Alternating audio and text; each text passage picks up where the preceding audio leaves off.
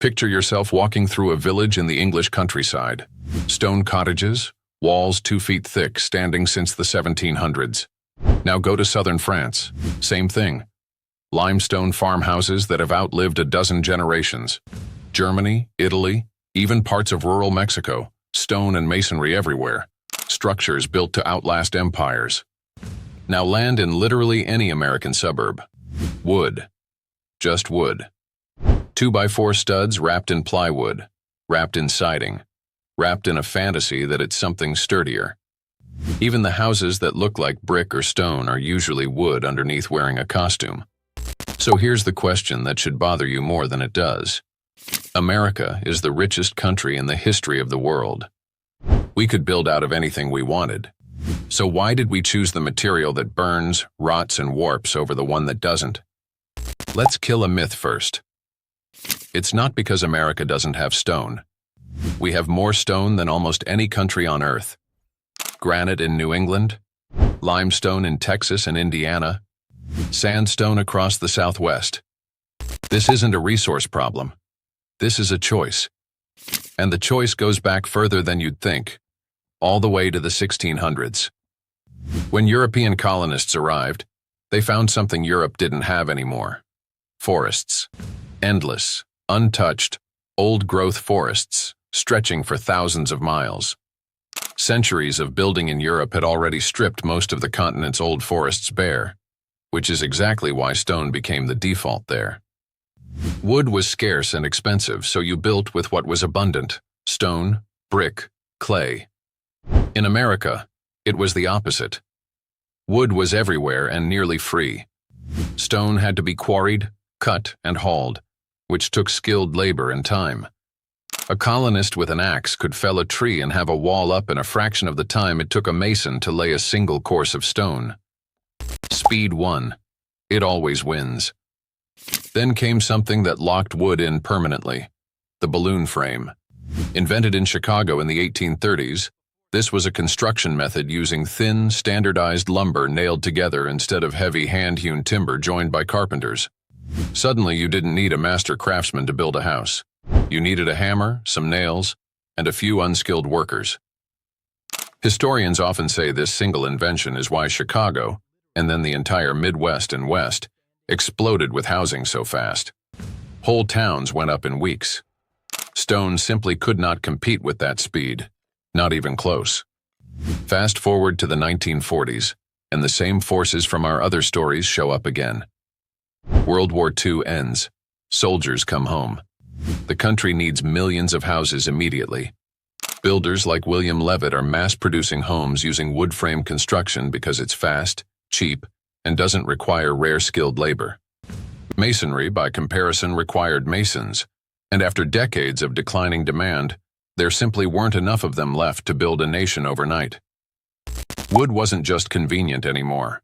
It became the only material that could match the speed America demanded. Now let's talk about what this costs you today. A wood frame house has a typical lifespan of 50 to 100 years if moisture stays out. A well-built stone or masonry structure can last 200 to 400 years with almost no major structural work. Wood is also far more vulnerable to two things stone barely notices: fire and termites. The National Fire Protection Association has long flagged residential fires as one of the most common and costly disaster categories in the country, and wood frame construction is a major reason why house fires spread so fast and so completely. Termites cause billions of dollars in damage to American homes every single year, almost entirely because the structure itself is their favorite food. A stone house gives termites nothing to eat. So why didn't this stop us? Because wood has one advantage so powerful it overrides everything else: cost. Framing a house in wood costs roughly a third to half of what full masonry construction costs, sometimes less. In a country obsessed with home ownership rates, affordability, and speed of construction, that math wins every time. It's the same story as the brick house, the same story as the garage replacing the porch. Convenience and cost beat permanence, again and again, in nearly every American building decision of the last century. And there's a second, quieter reason: building codes. Many American cities, after watching wood-frame downtowns burn to the ground in disasters like the Great Chicago Fire of 1871, actually did mandate masonry in dense urban cores. But suburbs, spread out with space between houses, never had the same fire spread risk, so those codes simply didn't apply. Out in the suburbs, wood was allowed to dominate completely, unchecked. Compare that to Europe, where dense city centers built centuries ago were never rebuilt in wood after fires, simply because by the time rebuilding happened, the forests were already gone, and stone was the only practical option left. Compare it to earthquake zones like Japan, where wood is actually preferred because it flexes instead of collapsing, something rigid stone and brick structures do catastrophically. Different geography, different history, different materials. None of these countries got it more right than America. They just had different pressures shaping different defaults. But here's what's worth sitting with. A stone house is a multi-generational decision. You're not just building shelter. You're building something your grandchildren might still be standing in. A wood house is, in a very real sense, a single-generation decision, built to last roughly one human lifetime and then replaced. We didn't choose that path because it was better. We chose it because at the exact moment our country was being built out at scale, speed and cost mattered more than permanence. And once that choice got baked into our building codes, our supply chains, our skilled labor pool, and even our mortgage industry, there was no going back. Every time you walk past a wood frame house with vinyl siding pretending to be brick, you're looking at a 400-year-old decision still playing out in real time. The forests that were once endless, the fire that pushed cities toward masonry, the balloon frame that made unskilled labor possible, the post-war rush that demanded speed above all else. All of it adds up to the houses sitting on your street right now.